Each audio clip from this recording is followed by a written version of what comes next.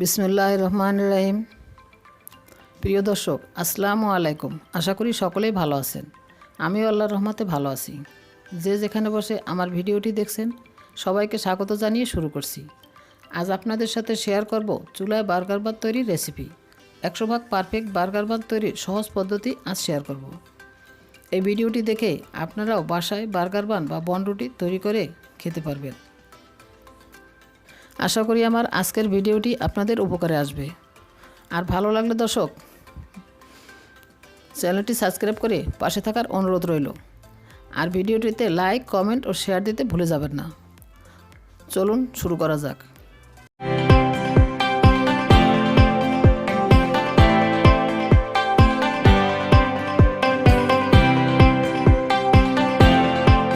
Burger বান তৈরি করার জন্য আমি এখানে নিয়েছি 2 কাপ ময়দা, নিয়েছি 1 কাপ কুসুম গরম দুধ।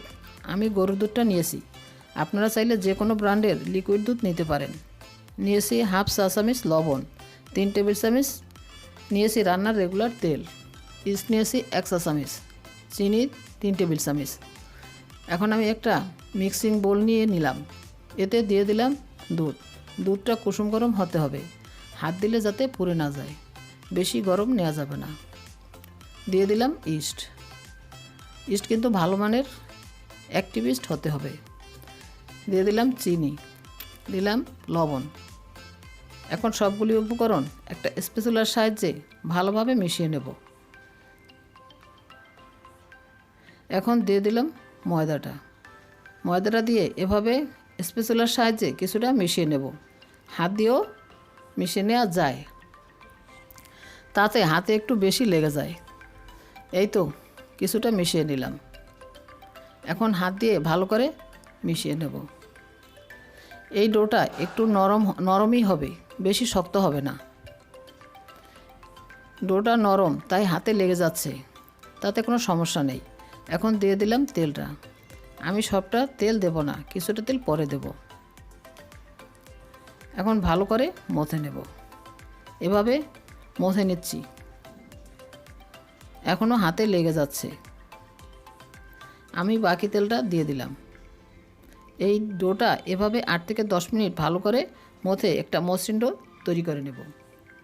এই তো দর্শক, এখন আর হাতে লেগে আসছে না। ভালো করে মথে নিলে আর হাতে লাগবে না। আমি এবার চপিং বোর্ডে নিয়ে আরও একটু মথে নেব। এই ডোটা কিন্তু ধৈর্য ধরে সময় নিয়ে মথে একটা মসৃণ ডো তৈরি করতে হবে। এই তো আমার ডোটা একদম স্মুথ হয়ে গেছে। আমি এবার এভাবে টেনে টেনে গোল শেপ দিয়ে নিলাম। এখন এই বোলের মধ্যে রেখে দিলাম। হাতে একটু তেল লাগিয়ে ডোয়ের উপর এভাবে মেখে দিলাম, যাতে ডোটা ড্রাই হয়ে না যায়।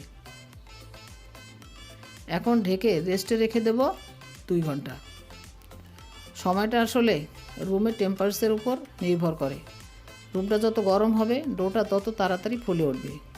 আসছি 2 ঘন্টা পর। 2 ঘন্টা পর দেখেন দর্শক, আমার ডোটা ফুলে ডবলেরও বেশি হয়ে গেছে। এখন আমি এভাবে হাত দিয়ে চেপে ভিতরের বাবুলটা বের করে নিলাম।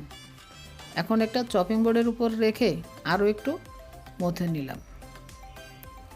ডোটা একটা নাইফের সাহায্যে প্রথম 2 ভাগে ভাগ করে নিলাম।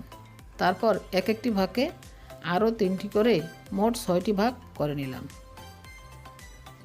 আমি 2 কাপ ময়দা দিয়ে 6টি বান তৈরি করব। আপনারা চাইলে বড় বা ছোট করে বানাতে পারেন। এভাবে কেটে নেওয়ার পর যদি সমান না হয়, এভাবে একটার থেকে কিছুটা নিয়ে সমান করে নেবেন। আমি এবার এভাবে উপর থেকে নিচের দিকে টেনে টেনে গোল শেপ দিয়ে নিচ্ছি। দেখতেই পাচ্ছেন কাজটা আমি কিভাবে করছি। এই তো একটা বান বানানো হয়ে গেল। এভাবে আমি সবগুলো বান বানিয়ে নেব। আমার সবগুলো বান বানিয়ে নেওয়া হয়ে গেছে। এখন এইরকম একটি স্টিলের প্লেটের মধ্যে আগেই তেল ব্রাশ করে রেখেছিলাম, এর মধ্যে বানগুলি দিয়ে দিলাম। এরকম 2টি প্লেটে 6টি বান দিয়ে দিলাম। আমি এখন এগুলোকে আবারও রেস্টে রেখে দেব 20 মিনিটের জন্য। 20 মিনিট পর দর্শক, আমার বানগুলি ফুলে ডবল হয়ে গেছে। আমি এবার বানগুলির উপর ডিম ব্রাশ করে দেব। এজন্য একটি ডিমের কুসুমের সাথে 1 টেবিল চামচ দুধ দিয়ে আগেই ফেটিয়ে রেখেছিলাম। এখন ব্রাশ করে দিচ্ছি, এতে কালারটা কিন্তু খুব সুন্দর হবে। আমার ডিম ব্রাশ করে দেওয়া শেষ। এখন এর উপর দিয়ে দেব কিছু সাদা তেল, এভাবে ছিটিয়ে দিচ্ছি। এতে দেখতে যেমন সুন্দর হবে, খেতে হবে অসাধারণ। তিল ছিটিয়ে দেওয়া হয়ে গেল। এখন বেক করব। বেক করার জন্য এরকম একটি পাতিল চুলায় দিয়ে 10 মিনিট লো আঁচে জাল দিয়ে প্রিহিট করে নিয়েছি।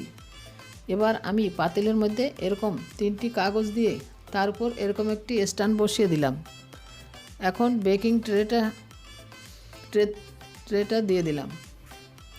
সাবধানে দিতে হবে যাতে হাতে না লেগে যায়। এখন ঢেকে দিলাম। এটা বেক হতে সময় লাগবে 20 থেকে 25 মিনিট। আসছি 25 মিনিট পর। 25 মিনিট পর দর্শক, বানগুলি কি সুন্দর হয়েছে, কালারটা কিন্তু খুব সুন্দর হয়েছে মাশাআল্লাহ। এখন চুলাটা বন্ধ করে চুলা থেকে নামিয়ে নেব। এই তো নামিয়ে নিলাম। এখন বানগুলির উপর সামান্য বাটার ব্রাশ করে দিচ্ছি যাতে উপরটা ড্রাই হয়ে না যায়। ব্রাশ করা হয়ে গেল। আমি এবার সার্ভ করে দেখাবো। দর্শক, তৈরি হয়ে গেল আমার অসম্ভব মজার ও পারফেক্ট বার্গার বান তৈরি করা। বানগুলি দেখতে যেমন সুন্দর হয়েছে তেমন নরম হয়েছে।